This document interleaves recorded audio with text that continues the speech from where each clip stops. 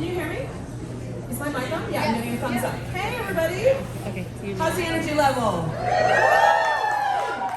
Is everyone feeling creative here at Sundance? I hope so.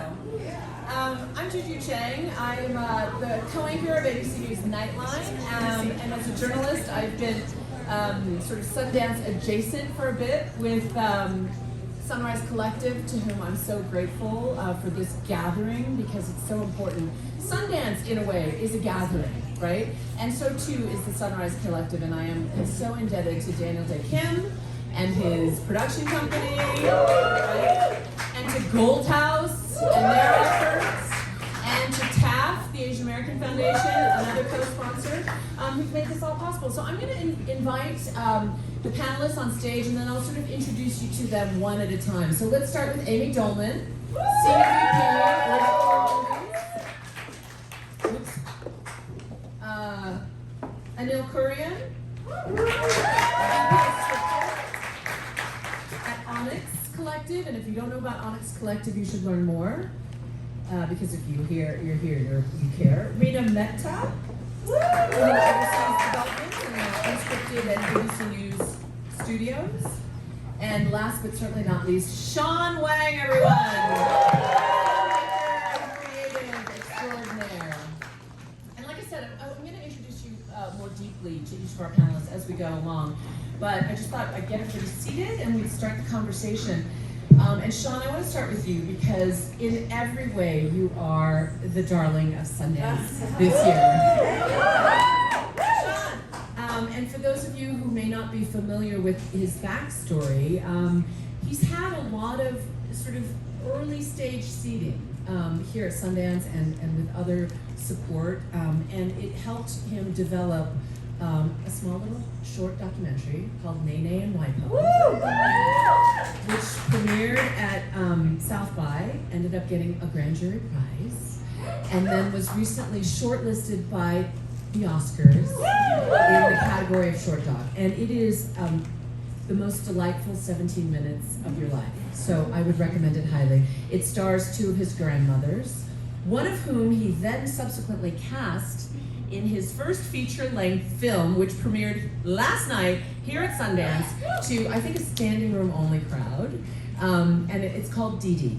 So, that's very exciting. And later in this conversation, I want to get into your creative process and sort of some of your inspirations, but I want to start with this idea that your creativity has been the recipient of early stage funding, for the VCs in the room, right? And Sundance has done that, TAF has funded you. Give me a sense of how that kind of early stage support helped this idea of telling our stories, of your creativity. Yeah, well, first of all, thank you everyone for being here. It's amazing to be on a panel with these people, these amazing talents. And Juju moderated a screening of Nene and Waipo in New York that we had just a few days ago, so it's nice to kind of be back on stage with her. Yeah, well, I think, so much of being a young filmmaker is not having any precedence and then getting people to trust you to make stuff. And it's like, kind of impossible. So you kind of have to just work with no resources, and I think part of the beauty of telling shorts with no resources is you don't have a ton of money to hide behind sort of tricks and stuff. You really just have, you need to lean on a story, emotion, and things that can't be false.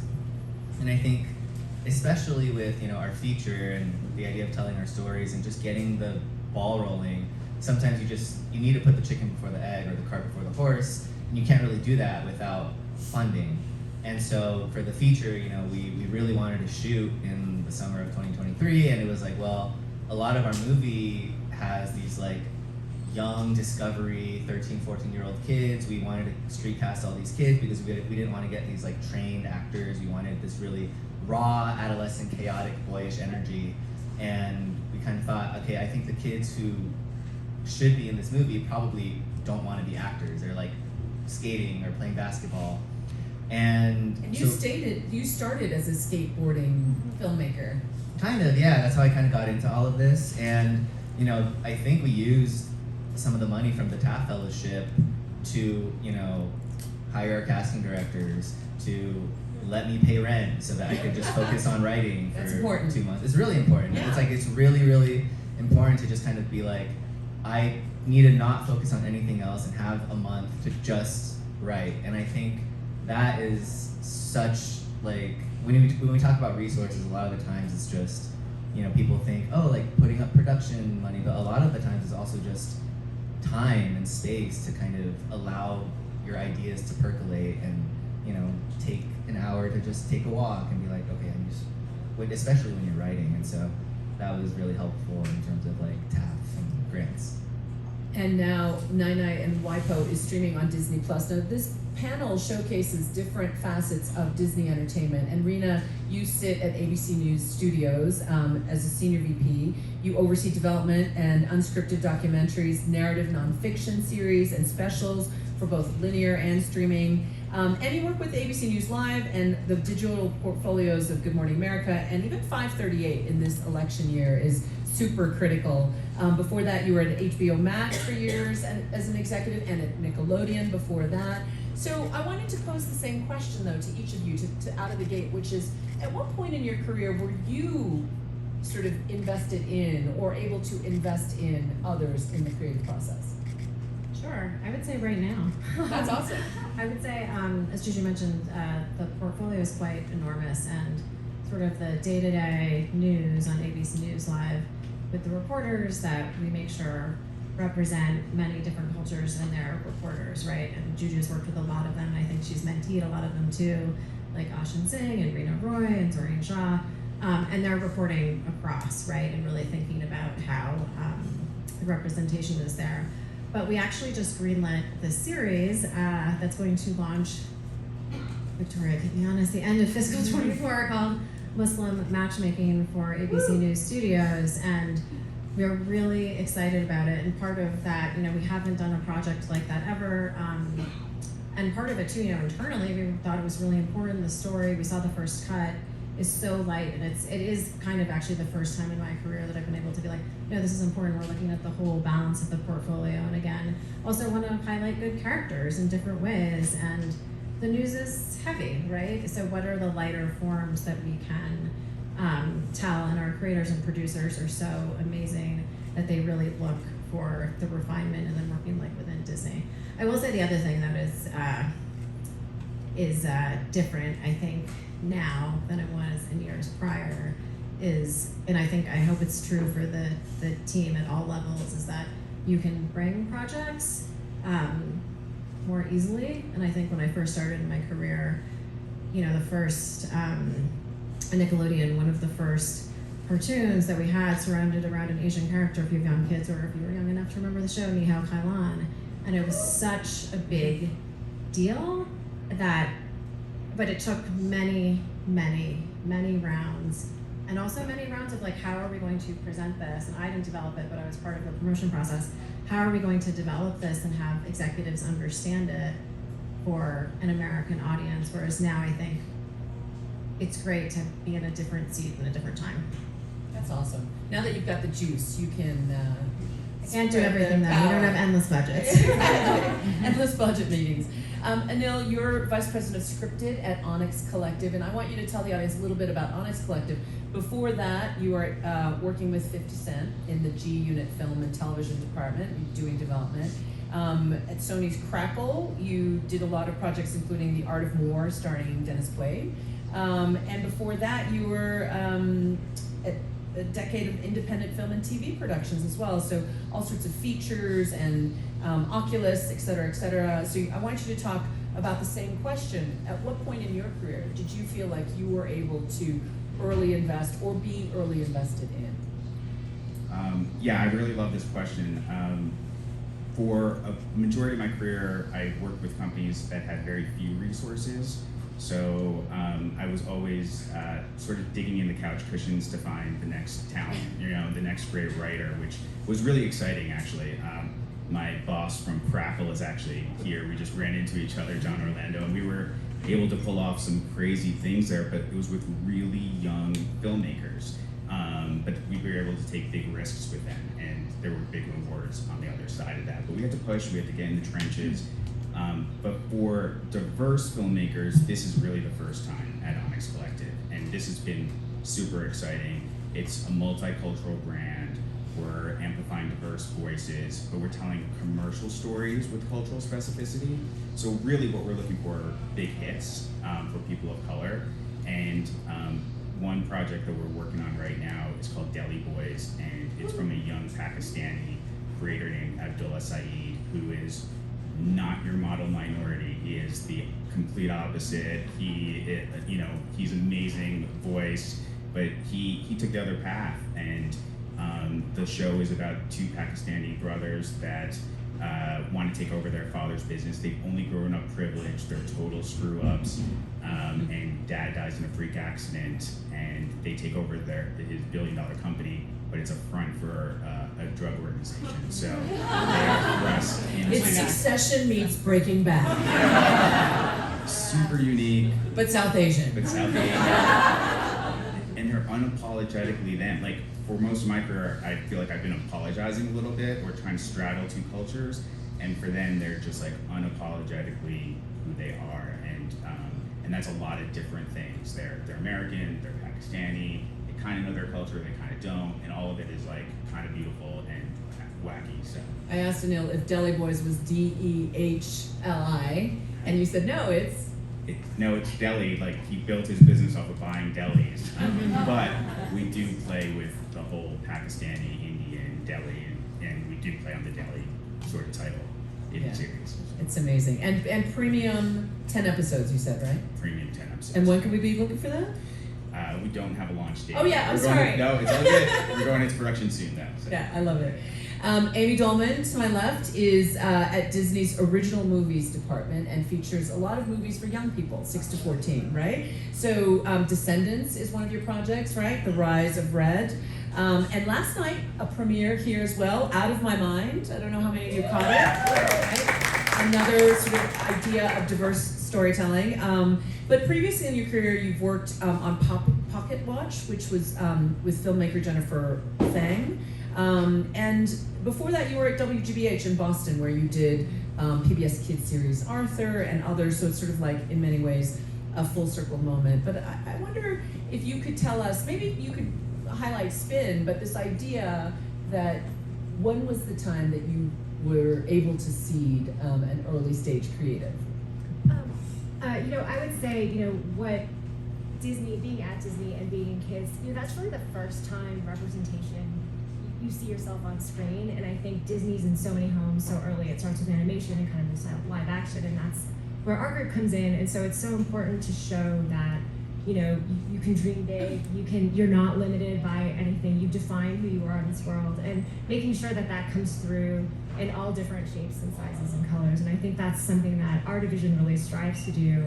And I will say that I've been lucky enough to work on most of the projects I've worked at Disney have been able to showcase that in specific ways, and then in ways where the point of the story isn't hinging on, the cultural conflict, right? We're not doing, to your point, we're not leaning into the binaries and the tropes of like model minorities and, traditional versus modern, right? Any of that stuff. I think that we're putting people in stories where they can be princesses, they can be villains, they can be, flawed, they can be just trying to find a prom date. Like, I think we're trying to do all those things. And I think that what's been great for us is when you have more at-bats, then you're not trying to be all things to all people, right? I think then you can kind of tell those stories. And so, you mentioned our next Descendants movies, that is the classic sort of our approach of the teenage sons and daughters of the heroes and the villains. And we were able to, work with, diverse filmmaker. We were also able to kind of reprise the roles of Brandy and Hala Montalban for Charming and Cinderella, and just kind of, touch on a lot of those things. So, that was really important. And then, you also mentioned Out of My Mind, which, I think, well, certainly there's a lot of work to do. I also think that we've come a long way in terms of representation. And so for the PI community, there's been a lot more stories about us, featuring us, all of that. But I think with Out of My Mind, we're also shining a light on representation in a different way. It's this really inspiring story about centered around a girl with cerebral palsy who is It's just a heartwarming family story, right? And she is, she has a voice, she has something to say, and when she gets that opportunity, she really wins us all over. So that's amazing. So you were talking about just this idea that we are so many things. We're not just a sort of trope that Hollywood stories might suggest. This idea of sometimes we're just trying to get a date, which leads me back to Sean. Sean's movie D-Day. Not that he's trying to get dates. He's got plenty of dates, ladies. Don't worry. And gentlemen. I don't know. So sorry. Awkward. Hashtag awkward. But Didi is really a coming of age film, and at the filmmaker comments last night, you talked about there was never an Asian Stand By Me. Not that that's what you were shooting for, but this idea that you wanted to tell these authentic stories about, and yet have it centered on identity and the different types of characters who are largely Asian American, but have so many different, personalities. Tell us about sort of identity and how it overlays your story. Yeah, it's interesting because I feel like with a lot of my films, even the shorts I've done in the past, they do explore identity in a way that is about first-generation children of immigrants, Asian American kids, but that theme revealed itself. It's not like I ever went in and was like, I want to tell a story about identity. And I think anytime that I've tried to do that, I think it ends up falling into the tropes, right? It's like, oh, we're gonna cut to a rice cooker, and it's gonna, you're like, it doesn't feel honest, and I sort of got stuck. I think one good example is there's a short film I made called HAGS, which stands for Have a Good Summer, and it's kind of a cousin to Didi. It takes place, I called all my middle school friends, a lot of them are, from Fremont, California, and they're Asian American kids, and it kind of looked back at that experience of being 13 years old as an Asian American kid, or no, I just called them, and that was the sort of North Star, and what kind of revealed itself was conversations about growing up Asian American, first generation, children of immigrants in a town where everyone was actually Asian American, and little nuances of that type of upbringing where, because we were around a sea of Asian Americans, the nuance of what it feels like when someone is oh, you're the coolest Asian I know, and you're when you're 13, and we kind of explore this in Didi too, but when you're 13, you're that's a compliment. I'm gonna wear that like a badge of honor, and then you grow up and you're in your 20s and you look back at that time in your life and you're oh, that actually really kind of fucked me up a little bit, and. There's a heartbreaking line in your film where, I don't want to give out too many spoilers, but one of them is, you're handsome for an Asian.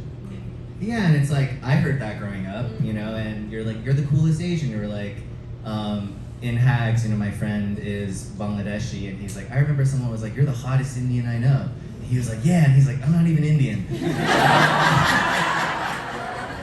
But, those are themes of identity that reveal themselves, but I think we didn't go in trying to do that. It's just that's our lives. Those are things that feel personal and honest to us, and I think it was that ethos that I tried to take into Didi, which the seed of the idea really was, what if you took Stand By Me, but instead of 4 white kids in the woods, you wrote it hyper specifically to kids who looked and talked and felt like the kids that I grew up with, which were a lot of Asian American kids, but not just one type of Asian American, not just Chinese kids. It was I grew up, my best friend was Korean American, and then I knew a lot of Vietnamese American kids and Japanese kids, and those, even though we're all East Asian, those are very specific, different cultures, and then even within the South Asian diaspora, Bangladeshi kids and Pakistani kids and Indian kids, and I remember growing up, it was if I called my Pakistani friend Indian, we're in 5th grade, we're not race politics, but I'm oh, he's Indian, he's I'm not Indian, I'm Pakistani.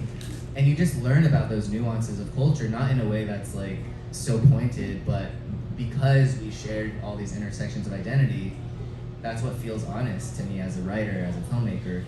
And I think it was really that. It was not trying to write to make a point, it was just trying to, how did 13 feel to me?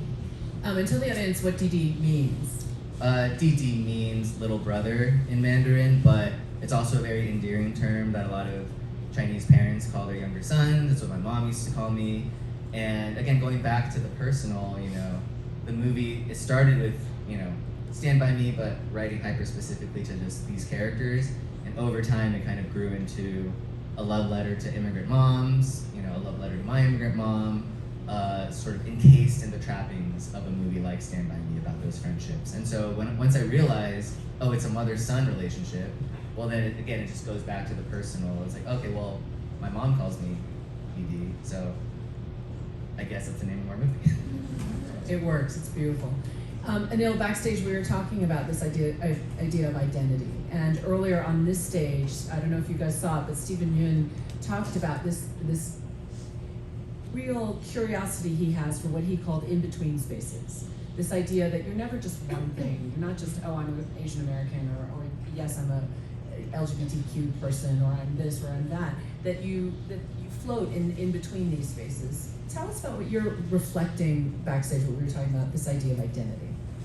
Yeah, I'd love to comment on something Sean said Please, too yeah. first, which is I had very similar experiences where when I was growing up, people would be like, don't worry, he's one of us, and it was like, in a weird way, I accomplished the goal of fitting in, and I completely neglected my culture on the other hand, and it didn't mess me up until later in life, and when it really sunk in. But yeah, I grew up between two cultures, really kind of struggling to fit into both. I also grew up in a place where there was like, not dissimilar from what Sean just said, a broad tapestry of like ethnicities and races. And it just got me, when I saw racism towards my family, it just got me really curious and compassionate not to have that to anybody else. And so I became curious about people's experiences, and that has shown me so many nuances among all of our different experiences. No two Korean people are the same. It's just that, and that's what we want to do at Onyx Collective. We want to dive into those experiences, understand them, and so I've been like a student, I feel like, and very privileged, and I'm really grateful to be in the position I am. To Taylor Williams, who we work on like every project together at Onyx, and she's awesome. Like we have like the privilege of like hearing all these stories every day, and when we don't understand something, we get to dive into it and really learn about it in a really, really deep way. But like Juju said, and like Stephen Yun said earlier, I feel like we're all so vastly different, and that's exciting because we have so many stories to tell, like so many stories yet to tell, because we've been boxed in, I feel like, for so long. There's also this sense that we are in sort of representation 2.0, that we've gone beyond sort of like, yes, we need an Asian American person in this position. Amy, tell me about Spin and how there were Asian American folks sprinkled throughout, and how important it is that you work together in that way as a team.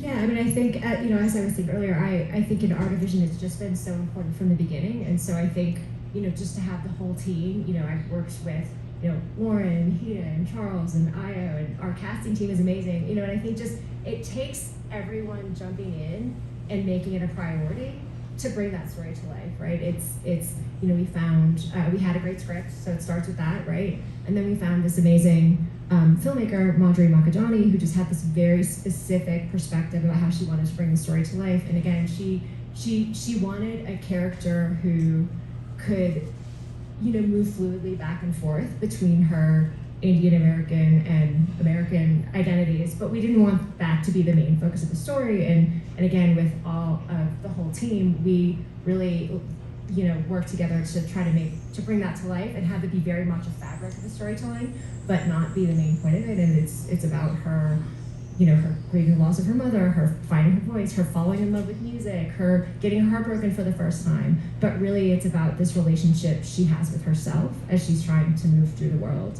And so, I think having our vision of Lingerie, an amazing cast that was international. So, to your point about, not having people all be of one specific, Southeast Asian person, right? Like we had someone who is Bollywood royalty, we had someone from the UK, we had a brand newcomer from the US. We just kind of put that all together, and all those little choices add up to big things when you kind of put it all together. Give us a storyline of Spin so we can... Putting you on the spot. Yeah, no, it's okay. It's on Disney Plus now. It came out a couple years ago. It's about an Indian American girl who who just has a love of DJing and music, and it's her journey to following her dream in her heart to bring that to life. So Reena, give us a sense. I mean, obviously, entertainment is not the first industry that Asian American parents push their children into.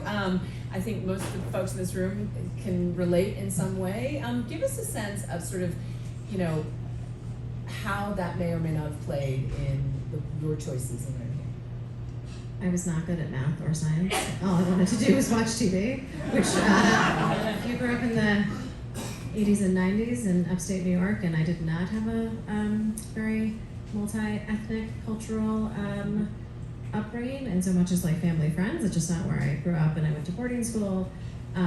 So I, again, was one of few, but when I was younger, you know, it seemed like, at least in my household and a lot of family friends, it was like you either could be a doctor or a lawyer. There were no other options, or an engineer. No other options, nothing else.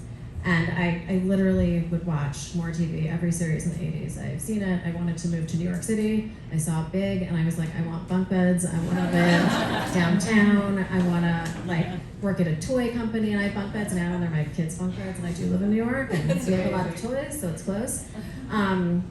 But I didn't know anything about the TV industry, and I thought all TV was made in New York. So I just was like, I'm gonna get myself to New York City. I'm gonna work really hard. And when I was first looking for a job, I do remember my dad was like, he's like, so you wanna work in TV? He's like, you should be on air like Connie Chung. And I was like, I'm not a journalist. And he's like, you could do that. And I was like, I wanna make it, and I don't wanna be on camera. So I worked really hard, in so much as I would literally look through the directory of my college and high school and look at all the people who worked in places and wrote handwritten letters. It was pre-email, pre-cell phone, because I just had that drive to be like, I love the creative, I want to be a part of it. And part of it too is when you see characters, even if, or at the time, you know, they didn't look like me, but I felt so much more akin to them. And I think now, being in a position where, you know, you can help push along characters that are multifaceted, right? That's the other thing too, is I think growing up, a lot of my favorite artists, when people meet me now, they're like, really? I'm like, yeah, I just went to a Bob Dylan concert, it was awesome. And they're like, you would like that? And when people say things to you like that, you're, as an adult, you're like, I also like bongo dancing too, right? Like, you know, it's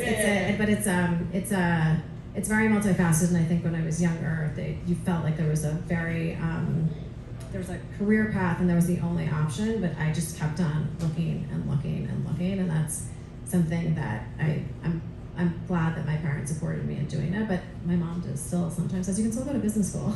My mom It's not too late. I don't think that's too late. Yeah, it's too late. I know how to make an Excel spreadsheet, that's all I need to know. That's hilarious. Sean, you know, there's the old saying to great writers that write what you know. I mean, clearly your movies are your life on screen.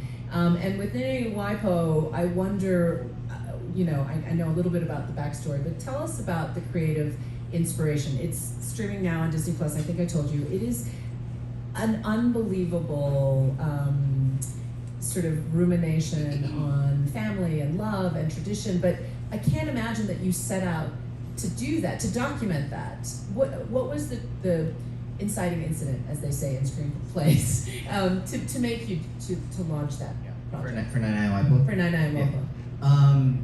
Well, that film came from sort of 3 separate little seeds of thought. One was I had made this, we call it a Christmas card. My DP and producer of the short, Sam, who shot our feature too, he's like, it's not a Christmas card, stop calling it a Christmas card.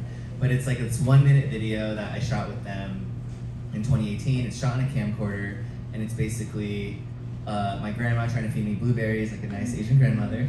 And then I'm like, why, let's stop it, go away, go away. She's like, no, eat. I'm like, no, go away. She's like, eat. And then I'm like, no, you're so annoying. And then she looks in the camera, slaps me, looks at my other grandma. They like, let's do it, let's kill him. And then they like, it just becomes 30 seconds of chaos where they're like spanking me with a broom and they're like tying me up, slapping me, and then ends with them like burying me in the backyard. And then it's like, Merry Christmas.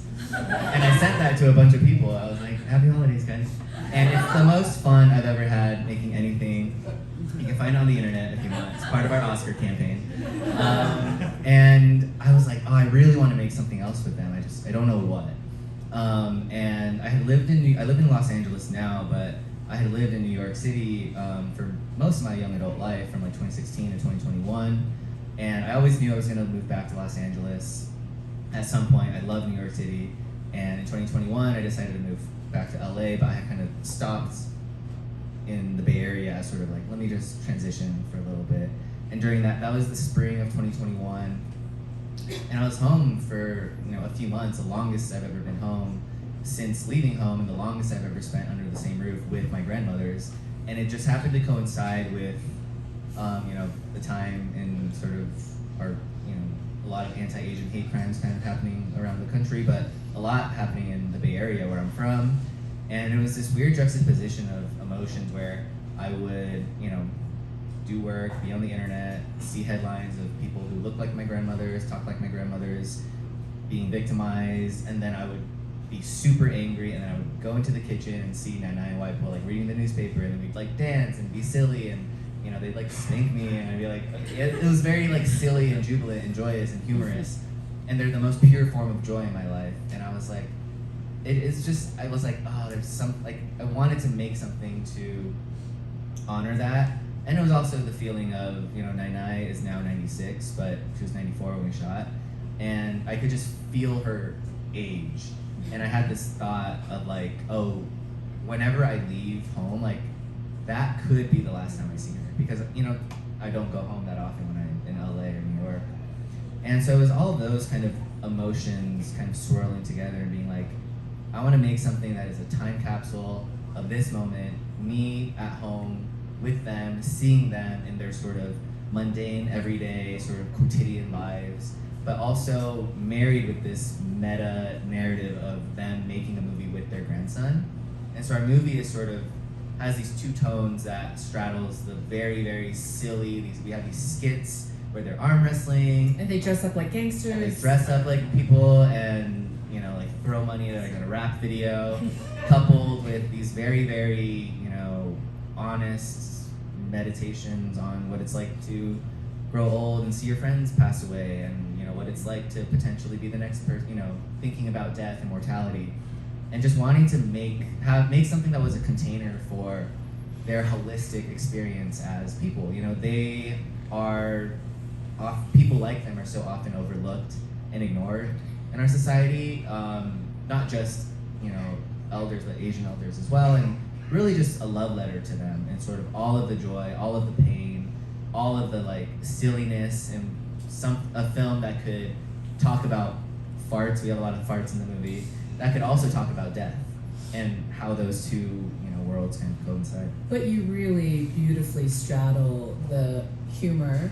The fart jokes are hilarious, but also the gravity of it. And as somebody who was on the front lines covering so much of the anti-Asian hate, what you do is you humanize elder Asians, Americans, in a way that just was so incredibly profound. It was really incredible. And it was also hysterical. Like, I just was like, they look like they're having so much fun, and it's so funny and light. And Marjane had sent it to me from Disney, and she was telling me about it. It just made me laugh, and I don't think people see that. You're right. Like, when we're reporting, it's such a light, great thing to say. Thank you. And yeah, I don't think we can officially say this, but we use it that they're the new Disney princesses, and so I think that's right.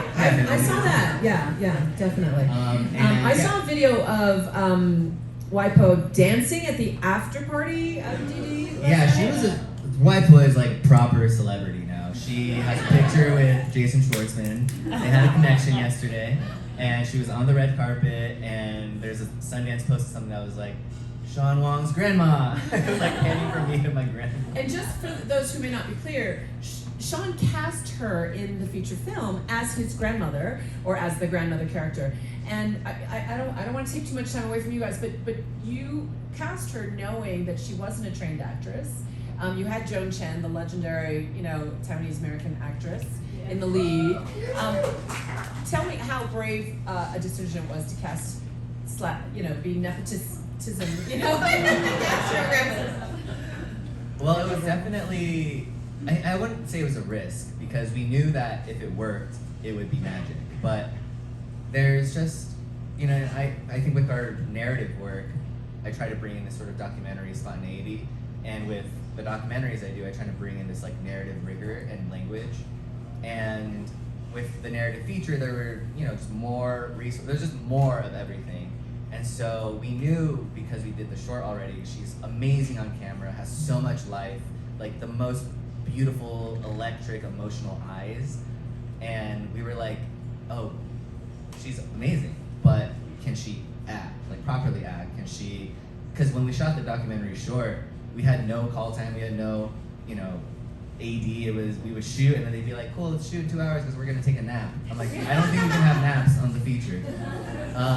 And so it was a risk in that sense. We were like, does she have the stamina? Can she memorize lines? Can she hit marks? And as a filmmaker, I was like, oh, we have Joan Chen's amazing. Like, I remember, we did go down this route of talking to traditionally trained, legendary actresses, and and I was like, oh, this is amazing, but nothing was quite clicking, and not all of them said yes to me too.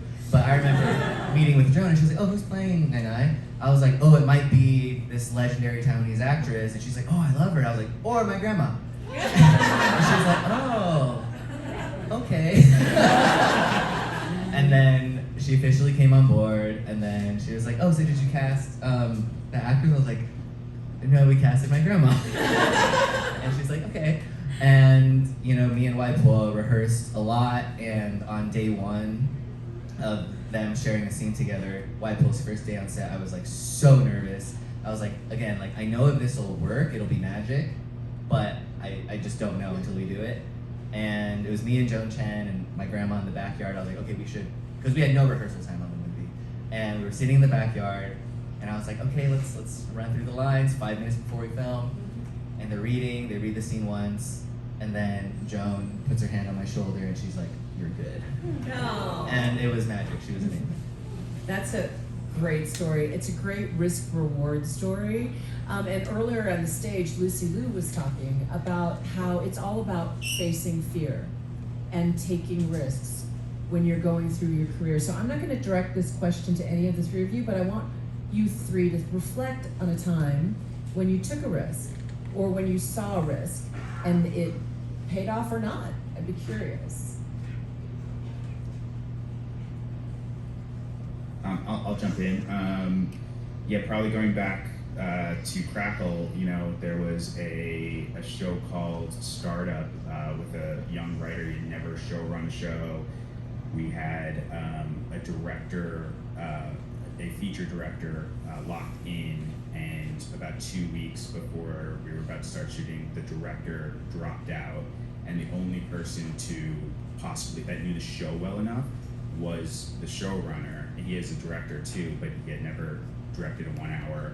And John took a risk. Like, we all pushed forward, and the scripts weren't done, and there were a lot of scene approvals at 4 a.m. in the morning when he would come back and finish a scene. But he was able to cast Martin Freeman and Adam Brody and Eddie Gathegi and Omar Marrero, and it was a show called Startup, and it did do well. There was fire behind that risk that I think we wouldn't have gotten with the more experienced director. And Ben was out to prove himself, and we were out to prove ourselves too. We were sort of the redheaded stepchild of Sony Television anyway, so we had to prove that we had the goods, and it did pay off, but scary for sure. I mean, I think maybe I'll talk about this question a little differently, which is just looking at it maybe not so much as a risk, but looking at it as how you can give people the tools to succeed.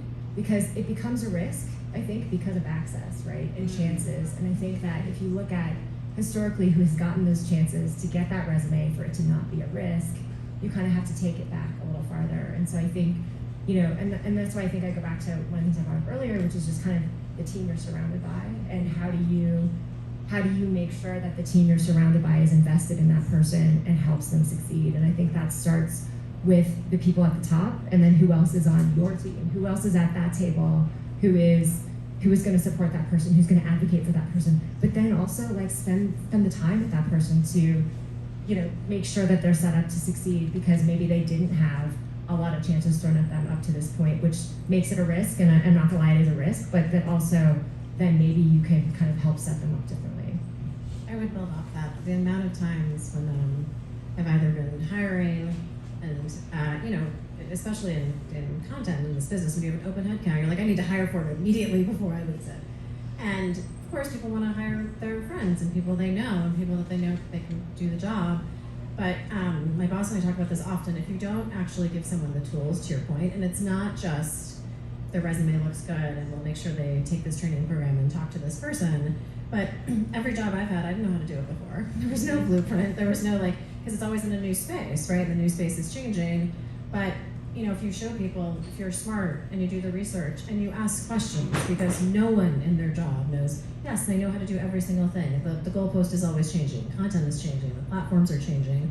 And you have to sort of give people a chance to get there and help them along. And it's the long game, right? I think there's this misconception that, if you can't figure it out in a month, oh no, we made the wrong hire, it's not the wrong person, or it's not the right person, but you have to set them up and help them as much as you can. And I've pulled people aside in meetings, and by the way, I've been pulled aside in meetings, and I'm like, just so you know, you should have actually looked at that entire treatment and read the whole thing before you asked that question, because we already talked about it. Or I've said we should really look at this thing and talk about who the character is. And if you as a leader especially are not having those conversations, you're not changing the fabric, and then you're not bringing different perspectives, which I think always makes the content better. There's nothing better than a healthy discussion when people are trying to say oh, that won't work, and you're like, but how do you know? Why don't we try it? And sometimes it does and sometimes it doesn't, but you have to create that space environment for that. Sean, I'd be curious in this idea of telling our stories, and here at Sundance, you sit at the intersection of documentary shorts and feature filmmaking. Joan Chen's character speaks in Chinese, and there are subtitles. Tell me about the choices that you made and how you did that jump from documentary to screenwriting. Yeah, well, I think so much of that is the labels that are placed on you as a filmmaker. I've always wanted to make a feature, and I think I had just happened to make a few documentaries, and people were like, oh, Sean, you're a documentary filmmaker. And I'm like, oh, well, I like narratives too. And so to me, it never really felt like a jump. I think going back to the idea of the to me, it really is all the same. Certainly the mediums are different, but at the end of the day, you're translating a feeling, you're telling a story, you're finding the most honest version of that story. And to me, the medium comes second. It's like 99 Waipo. Well, what is the thing we're trying to make? Okay, well, it makes sense as this sort of hybrid doc narrative. That's what it wants to be. And it felt like it had a narrative arc, even though there was no sort of narration, obviously, and the dialogue was just ambient. Yeah. Sure, and I think, this might sound like makes no sense, but I think even when there isn't a linear script or story, I think even in story language, there's an emotional arc of just how you're feeling throughout the movie, and you're kind of starting with introducing the characters, right? That's kind of how we were thinking about the documentary too. I knew the ending. I knew that, well, I don't want to give away the ending, but we knew that we needed to introduce these two women, and so, okay, we need an opening sort of montage or credits, something like that. And so with documentary, you're certainly writing a little bit differently, because you're kind of writing in the edit as opposed to writing in screenwriting and then writing in the edit. But I don't use a separate part of my brain. I don't think I'm making a documentary short, so it has to be cut this way or done this way, or I'm making a narrative feature and it has to be done this way. I think the two things that I do think are a little bit different in my perspective that I'm learning to blend a little bit more is this idea that in documentary filmmaking, I think the most important thing is to lead with curiosity and be a great listener. And I think that's what makes every documentary special. You're listening to your subjects, you're listening to what they have to say, and you're encouraging them to sort of be vulnerable, and you're being vulnerable with them. And I think there's this sort of flawed mentality with narrative filmmaking that a director is this sort of know-all, be-all, telling everybody what to do. And I think in narrative filmmaking, it's just as important to be an amazing listener. And I think that is and that's the one thing I think I'm bringing from documentary into my narrative storytelling is that not having to, obviously be prepared and over-prepare, but then on set, take all that preparation and just listen and look and observe, and don't try to force your vision onto the thing that's in front of you. If you're actors, if people around you are being like, oh, what if you look this way instead of the thing we prepped for, magic can happen. That's so great. I just want to take a minute, literally, and talk about an FX project, because Colette Wilson was supposed to be on this stage with us. She's at FX as a senior exec, and they are coming out in February with an extraordinary series. If you live in LA, you may have seen the billboards for Shogun. And it is a remake of the James Clavell miniseries that aired in my childhood, in the 80s. And it was very, Richard Chamberlain centered. If you know what I mean, you know what I mean. And in this generation, and they have James Clavell's daughter involved, and the executive producers are, so much of the top creatives are Asian American, Japanese specifically, and they shot entirely in Japanese, except for obviously the now young, Richard Chamberlain character. And it's historic, it's epic, it's Asian centered in the way the worldview is shaped, and it's fascinating because it happens at a time of Asian history where Western culture thought of the West as the center of the world. And clearly that's not how the Japanese saw it. And so you see it from the Japanese perspective with this, foreigner, and the way that the Portuguese Catholics had come in, the way the English were coming in, and you see it in such a fascinating perspective. So that's my plug for Shogun, and it's airing on FX in February. So I just wanted to do that since Colette couldn't make it. I want to round out the panel though with sort of the future. Where you guys see the future of AAPI storytelling in general, because I think when I say our stories, I think of stories of communities that are immigrant communities or marginalized communities or others that we can be in collective with. I think that's what being a collective is. So, wax poetic for me, if you will, the three of you and Sean too, on what your future projects are that you see in that light, that you think might help illustrate where the future is going. Any of you? Sure, go for it. Well, I feel like we're right in the midst of change now, and there are a couple of shows and movies that have really helped push and been the pioneers of it. I mean, if you look at Beef or Past Lives, even Everything Everywhere All at Once, right? These are getting commercial and critical acclaim, and they're not putting us in the box of just telling our identity story or trauma story. It's really making us like the heroes or the villains, doesn't matter, right? Just humans breaking the stereotypes. And that's what we want to do at Onyx, right? We want to have those broad commercial ideas that bring a lot of eyeballs to the shows and the movies that we're doing. So I do think we're in this place where it is really moving to a more commercial model, and where we will see ourselves as secret agents and spies and stuff. I have a lot of stuff that does feature Asian talent. It is in development, so I can't really talk about a lot of it, to be honest. So I'll plug Deli Boys again, but no, it's there's, again, we want to do all cultures, so we are trying. And in this framework, this question still stands for the two of you, but in this framework, do you ever sense a blowback on DEI? Because there has been a shift, I think, and everybody, if we're honest, to have felt it, away from sort of this inclusion that was so valued after 2020. So just layer that onto your answer if you can. I was going to say, I mean, as Juju knows, in the news we follow this a lot, and we feel it deeply. And some of the comments, whether by public figures or in the press, that have been about DEI, I think is in whether it's academically or through content, I think it actually, for those of us in these roles, not even those of us, also for our allies, it makes it even stronger, because this is decades and decades of history, right, and different cultures, and we've hit a bump in the road in some ways that we might argue, and it makes it stronger for me at least to say like this matters actually even more in a different way, and it also matters too in having conversations with people, whether it's your colleagues or creators. You can say like, actually, when you said that, it meant X and it meant Y, because I think it's a very charged environment.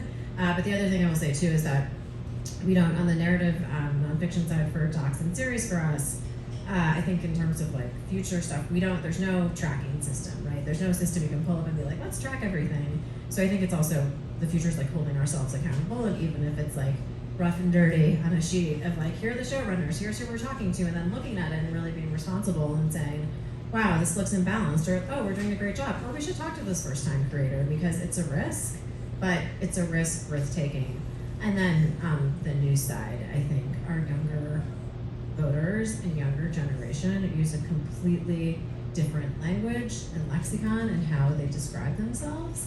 And I think it's something, you know, for future content and how we're represented, especially during the election, it's something we have to think about deeply, because when I talk to people that are younger, they're like, what are you even saying? And why are you trying to like give me all of these sections that I am? And I'm like, oh, I sound very old. But I think that's something that we have to keep talking about, because you notice the generational shift, and even with our staff, so deeply. Just to build on that, I mean, I think, you know, to your point about DEI, the I of that is inclusion, and it doesn't mean inclusion at the expense of someone else, right? And so I think really we're more alike than we are different. And I think while it's important to highlight those specific things about your background, your culture, you know, at the end of the day, I think that, you know, and at least for us when we're dealing with the youngest segment of the audience, right? You know, we all dream big, right? We all have that insecurity about where do I fit, and we all have that insecurity about what's my voice, what are the choices I'm gonna make, how am I gonna define myself? And I think that if we can tap into those things, I think it's just important for kind of fostering empathy and showing people kind of different, like that comes in all shapes and sizes. So for me, it's really about kind of shining a light on that. But I think then to your point, right, about having the access of the story not be about the conflict of culture that makes you different, but just about having that be in the fabric and the importance of it, but also those things we're all struggling with, right? And the tools that we can have for, you know, how do we address those, and how do we address those to walk through our lives, right? So for me, it's kind of trying to look at it a little bit differently, because I think DEI is also evolving as much as there's blowback. I think there's also evolving about how we can, you know, just kind of make that better without excluding, right? Any thoughts on that? Yeah, no, I was actually gonna agree with what you were saying. I do think there obviously has been like a little bit of an arc here, you know, that you know, it was so rushed in so many different ways. It's about getting everybody the proper training and the proper time, and you know, just making sure we are supporting people to what you said earlier, and giving them the right resources and access and, you know, skills to move forward and succeed. I'm gonna pop question you guys. We didn't script this, but I'm just curious, and we have 5 minutes left, so I want to know what your one or two favorite movies or TV shows that still like live rent-free in your brain, that may have had an influence on, I can see steam coming out of all of your ears, thinking through what you're gonna say. For me, it would be Animal House and Sound of Music and maybe Galaxy Quest, and I could go into why later, but I'm a huge Star Trek fan. So I'm just buying them extra time. It doesn't have to be profound. Who wants to go first? I guess I'll start because they just gave very eloquent answers. I'll just say two films that really inspired Didi, obviously Stand By Me and Where the Wild Things Are. And why Where the Wild Things Are? We know Stand By Me, but yeah. Well, I think both of those films do what I think we were trying to do with our movie too, which was make a movie about kids, not for kids. You know, it would like make a movie about adolescence and childhood that didn't pander to kids, that treated their emotions as crazy and chaotic and complicated and emotional and vulnerable and hard and loud and crass as what it feels like to be a kid. I was talking to Kathy Im recently. Is she here? She's with MacArthur. She helped fund you as well. She was saying that. Kathy. Is Kathy here? Thank you, I know Kathy. you. Kathy was saying that when she saw Didi, she related to the, boisterous 13-year-olds as herself, but also now relates to the mother. And so you nailed it, because it's not a film for kids. It's really about for everyone. But Rated R for sure. yeah, nice.